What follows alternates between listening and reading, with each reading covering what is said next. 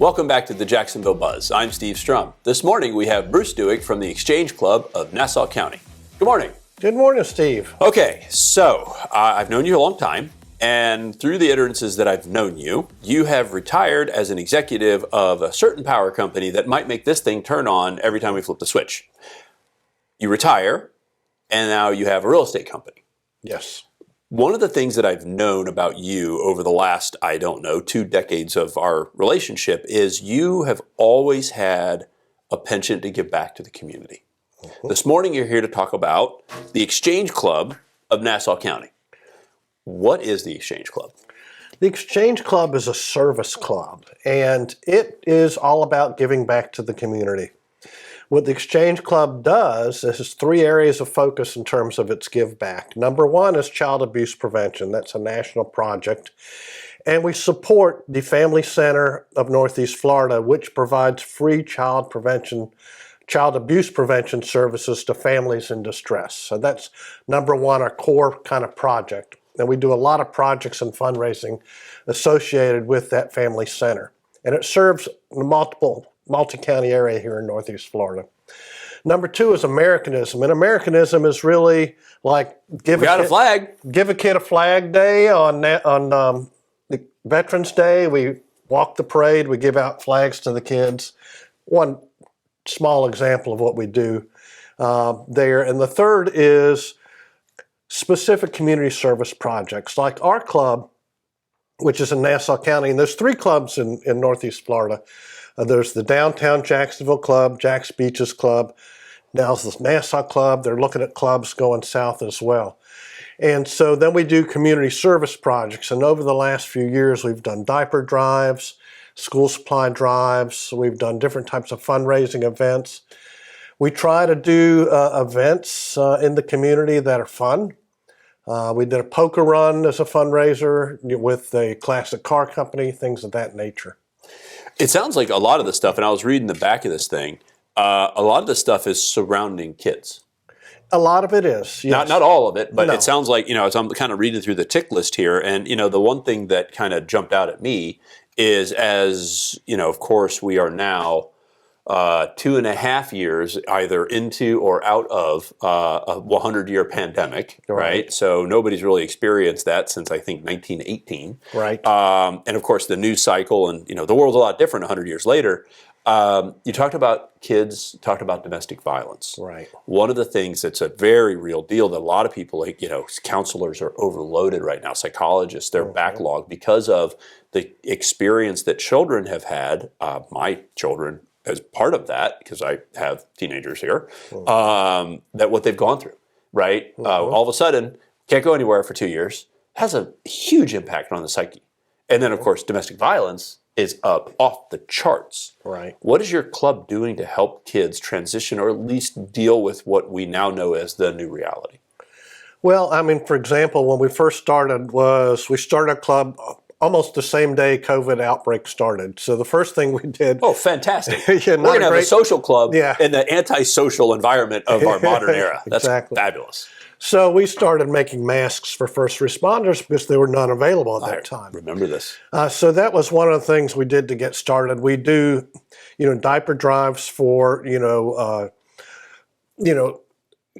parents of domestic violence victims and stuff like that. And so we've done hot spots when they were just starting to go and they were not in school, they were stay at home. So we did hot spots for families that needed things like that. And then it really it's whatever we can figure out that makes sense for the population that has the need. And so we mentioned the kids. At the other end of the spectrum, we have populations like, homeless veterans. Yeah, it's a big problem. We have a program for homeless veterans that puts vets into houses. And that's a national program that we do. And so we've done fundraising for that as well. So we try to identify a need that we can have an impact on. And we look at that particular need and we do fundraising or a drive around that particular need. One of the things coming up, it's in the winter, we have the holidays, and we do toy drives, for example, at Christmas. A lot of people do that. A lot of organizations do that. Now, Exchange Club, a lot of our work is tied into those at-risk population for youth. So a lot of our work in terms of toy drives at Christmas goes to that population. So you guys have a lot of neat things that you're doing to try to do a give back, and it's not obviously just by Bruce. It's No, by not me. give back by committee.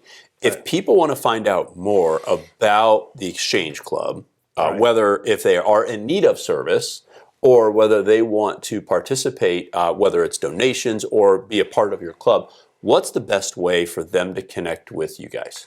Well, I'll give you two ways. You can go to the national website, which is nationalexchangeclub.org, and get some background on the history of the club and so forth. We're over 100 years old as a club.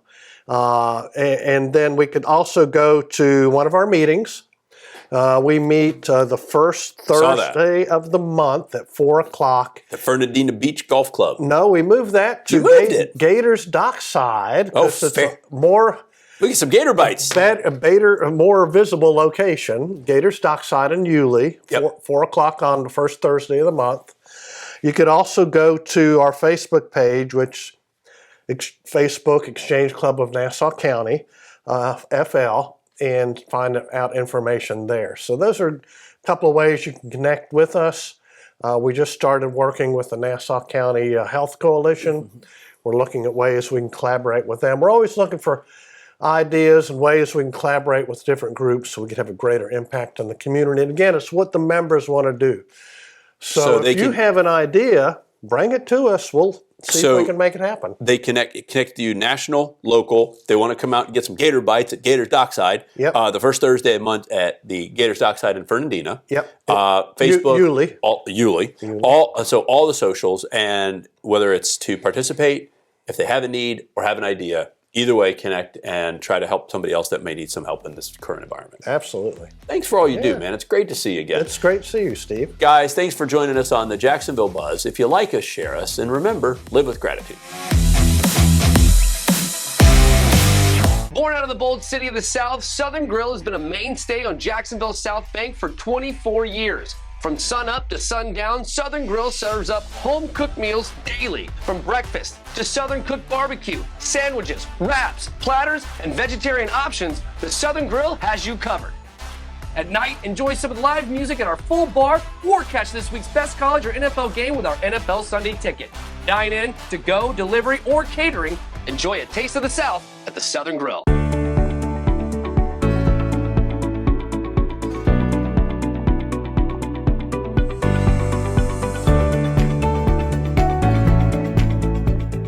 Welcome back to another episode of On a Mission. I'm your host, Dr. Wendy Norfleet with Norfleet Integrated Solutions, and it's my pleasure to have Shanita Hairston with Strive Youth and Family Services. Welcome, Shanita. Thank you. Thank you for having me.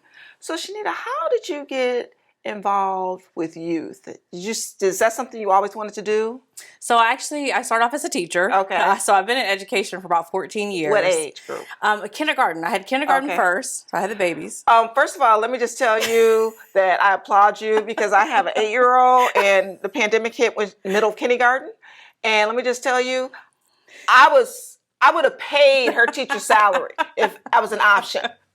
I just never realized how busy they are. I know. It's a lot. It is a lot. And I applaud all of our teachers because it's a lot. Teaching is really, you have to love it. Yes. Yeah. So I started off with, I had kindergarten, I had 4th grade. I taught about 4.5 years. Okay. And then I had district administration, school-based administration. Mm-hmm. So just moving in different directions and seeing how else I can help the youth. And so then how did that lead to this organization now? So right now with Strive Youth and Family Services, we're trying to help our young men, our at-risk men, ages 12 to 17. Okay. And it's a nonprofit. It's basically a group home. Mm-hmm. And so with this group home, just trying to provide that safe place for these young men and just get them prepared for this next phase of life. You know, it's ages 12 to 17, but we want to prep them for after 17, what happens. Right. Giving them those life skills, providing any therapies that they may need. So really prepping them for that. Well, that's great. So how many, are they in cohorts or do They come and go? How does that work? So the plan is to have up to 6 young men inside of the house. Okay. And so right now we're working with DCF and I'm working with our different agencies, Family Support Services. I'm just working with these different agencies to get the young men. Right now we're getting our building up to code and all that fun stuff with permits. Ooh, yes. So once we get that up to code and get the permits and get our official license, then we'll be opening up the home for the young men. And the hope is for them to, we get a good solid group and they stay with us for as long as they need until they age out. Okay. Wow, that is awesome. That's just such a great concept. Yes. And people don't, those wraparound services are what's needed. Absolutely. And my husband actually works with North Florida Behavior Consultants and seeing the work that he does with all kind of youth, it's just needed that with mental health, like you said, with wraparound, they just need so much for us to be pouring into them. So we just want to be a part of that. Wow, I just really applaud you. Thank you. So if someone wants to know more about this and kind of keep, track of what you're doing and where you're at, or make a donation. Yes, I'm sure you can always donations. How do they do that? So definitely find us on LinkedIn. Okay. My name is Shanita Hairston. If you look me up on LinkedIn, we have a website that it'll point you to. And yes, we always need donations. Just getting the boys prepared, their basic needs met.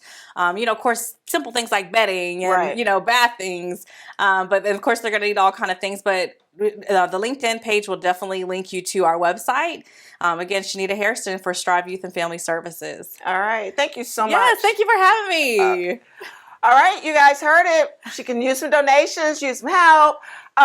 So to learn more about Shanita Hairston, please reach out to her through LinkedIn. And we'll see you next time on Buzz TV.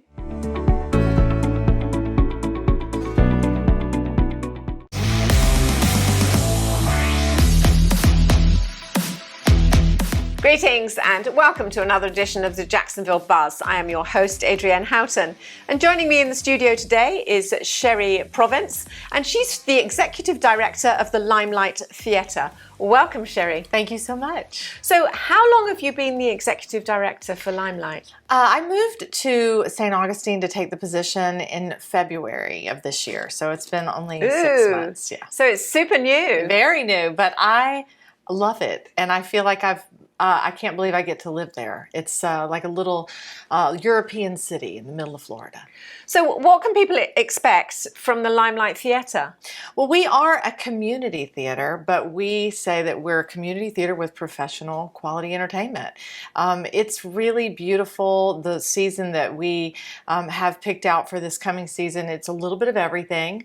We've got several musicals, we've got comedy, we've got a mystery, we've got something a little provocative and controversial. And so we just try to hit all the marks and have something for everyone.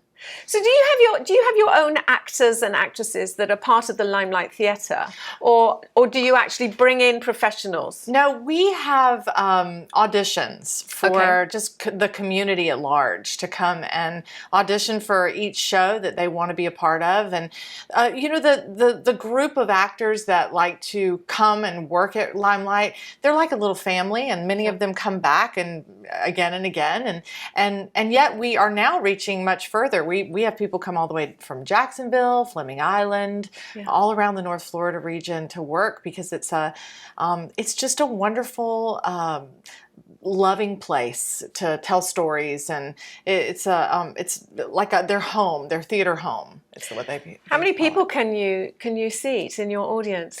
Well, we actually have 2 spaces, and so we have 125 in one theater, and 85 in another. It's a black box, and so we rotate. We take, we do the main stage is where we do a lot of our larger musicals, but there's some shows that are just perfect for a black box. Yeah, and so we use that quite often as well. What's been your biggest challenge since you've taken over in February? Well, coming back from COVID was kind of a big deal, and there were many people that still haven't come back to the theater. And so we've been really trying to reach out socially and culturally to bring people back, let them feel like, okay, we're back. Come on. Yeah. Come on back and see some live theater. So I would say that just getting those numbers, getting the people engaged again, making them feel comfortable coming back to see live theater, That's been probably the biggest challenge. Now, you touched on it briefly that you've got some comedy and some musicals, but what do you think the most attractive part of the next season is going to be for you? Well, we are. That's a good question. I mean, it's all relative because I really love all of it. I love it all. But I know that the musicals are a big favorite. And we have a show that we will be doing at the end of our season called Hands on a Hard Body. And I know it sounds a little edgy, but it's about 10 people who are in a contest to see who can keep their hand on the hard body of a Nissan truck. Now, and did they win the truck at the end of it? Yes. My goodness. And so it's a story about all of their different reasons for trying to win this truck, how they think it's going to change their life.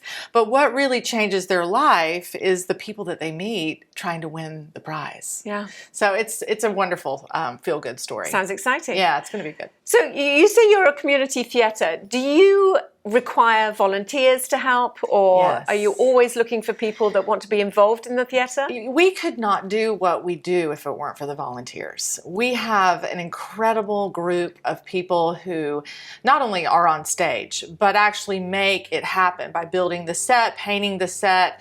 We've got volunteer ushers, we've got people that bartend for us, and we also welcome anyone who wants to come and volunteer, because the more the merrier. You know, we have a great time, and it just wouldn't happen if it weren't for the volunteers. So if people want to find out more about the Limelight or volunteering, how do they find you? Well, they can find us online, give us a call. It's limelight-theater.org, and or just pick up the phone and give us a call. We are very accessible, and we always welcome new volunteers. We have people that sometimes just wander in looking, we saw this was a theater. We didn't even know this was here, and how can I get involved? And I have that happen weekly. Wonderful. Yes. Sherry, thank you for coming in. Thank you, Adrienne. It's an absolute pleasure to find out more about Limelight. Thank you. And good luck with the coming season. I appreciate that very much. And don't forget, if you'd like to know any more information about the Limelight Theatre, not only can you find them online, but you can also find them at iwannabuzz.com.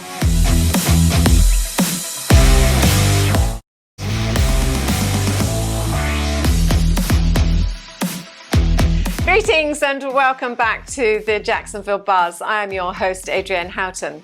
Now, recently I had the pleasure in being able to attend Le Dîner en Blanc here in Jacksonville, and that was organised by Markeisha Fuller, and we're going to find out all about it. Good morning. How are you? Good morning to you. I am excellent. Thank you for having me. So I know that people will have seen us talk before, and this is your third year. Yes. And there was 1,000 people there. It was. It was absolutely amazing. I have to say, congratulations. You did an amazing job. So let's fill in the viewers who perhaps might not know exactly what is Dîner en Blanc. Yes, Dîner en Blanc is an elegant chic pop-up picnic that originated in Paris in '88. And it started with just a very small group of friends that decided to go for a picnic in a park. And so those friends left that one picnic and invited more friends, and those friends invited more friends. And what started with just a very small group of friends has now grown to over 103 cities, 40 countries worldwide. And they show up to a disclosed address. And at that address, they are greeted by some of our amazing volunteers, which, by the way, this event would be absolutely impossible without our volunteers. And then our volunteers lead and guide them to the secret location. And everybody dresses in copy paper white from head to toe. And they bring out the flair, and they bring their flatware and stemware and china. And then we all set up together and dine together, and then we party together, and then we vanish, leaving no trace behind, never to return in the same place twice.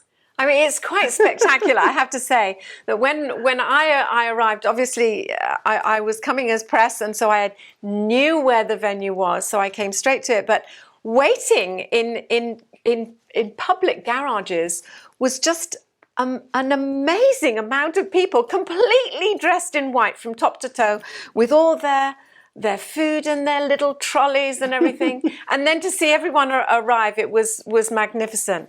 So tell me, what have been the biggest challenges for you over the last 3 years with this event? Yeah, so I wouldn't say that there has been any challenges.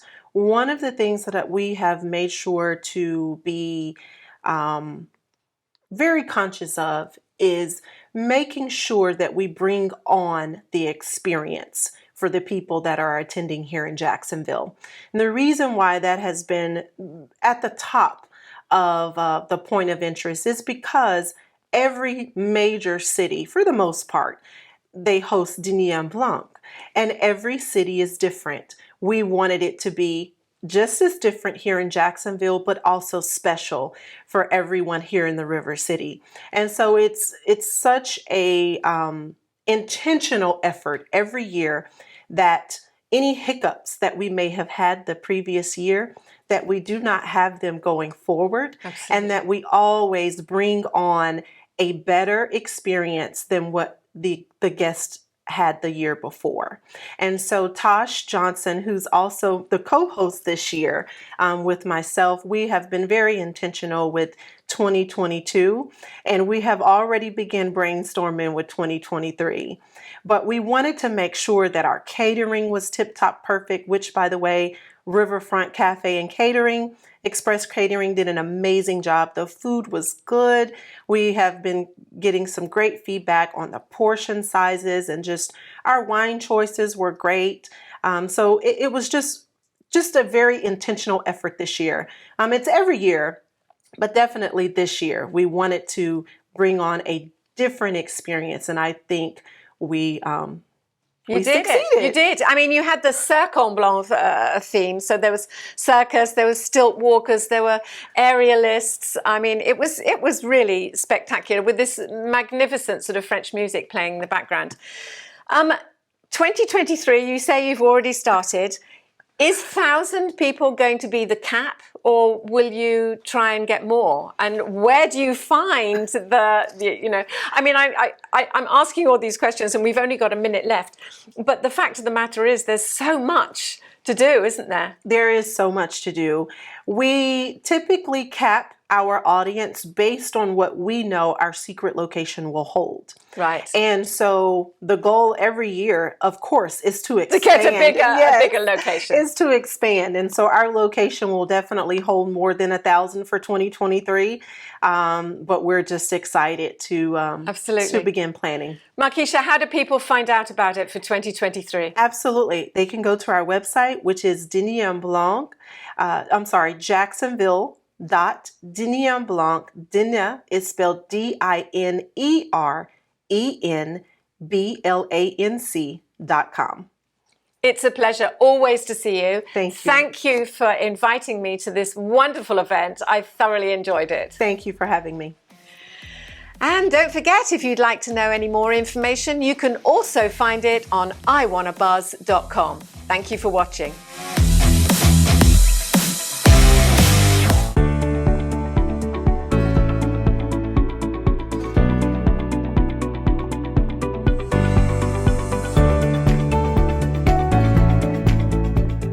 Welcome back to another episode of On a Mission. I'm your host, Dr. Wendy Norfleet with Norfleet Integrated Solutions, and it's my pleasure to have with me today Christopher Stone with KC Petroleum. Welcome, Chris. Yeah, thank you so much, Ms. Wendy. Thank you. So, Chris, I think we talked briefly about that when you came, but you've been in petroleum your whole life, right?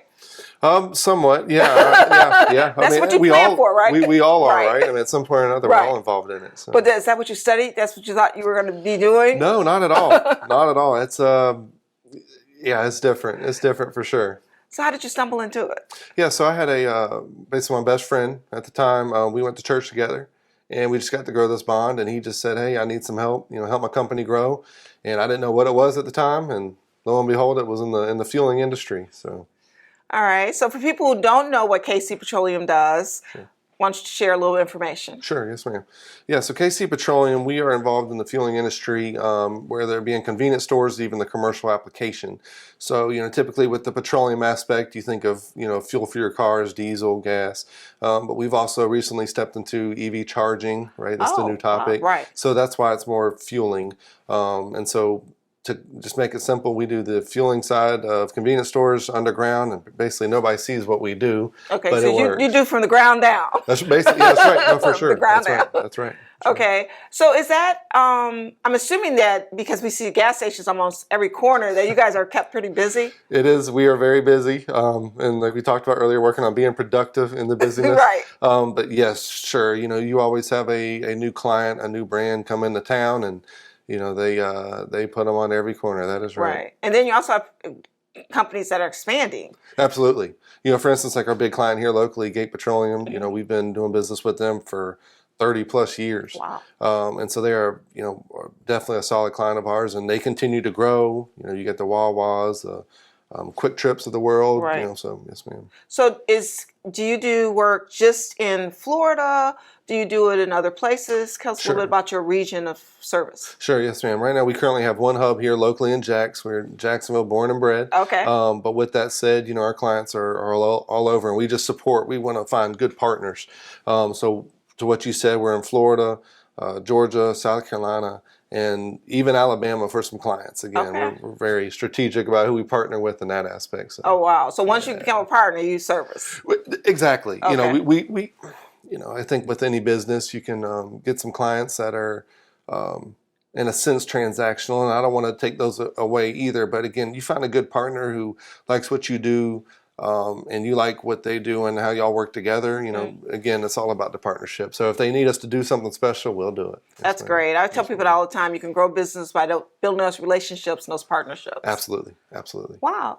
So if somebody wants to know more about KC Petroleum, want to look a little bit more into what you're doing, maybe even seek a job if you're hiring, Absolutely. How do they do that? Yeah, sure. Absolutely. So we, kcpetroleum.com, and yeah, on our website it has now hiring. We also, have ads out on Indeed and some different, hiring sites as well. And we are definitely hiring. We're always looking for good help. At the end of the day, we're looking for a good person who's got good qualities, good traits, and we can train them. Okay. So that's for that. And then definitely, we've got a new avenue of business that we search, and it's fuel polishing. So that's definitely something that's on our website. Again, you go there, you can check it out and kind of see what we're doing. But it's about making sure everybody's fuel is clean for their equipment or their machines. Wow. So. Well, Chris, thank you so much for coming on and sharing a little bit of information. Yes, ma'am. And I hope you have continued success. Absolutely. Thank you so much. All right. Thank you for joining us. And to learn more about Christopher Stone and KC Petroleum, please go to kcpetroleum.com. And we'll see you next time on Buzz TV.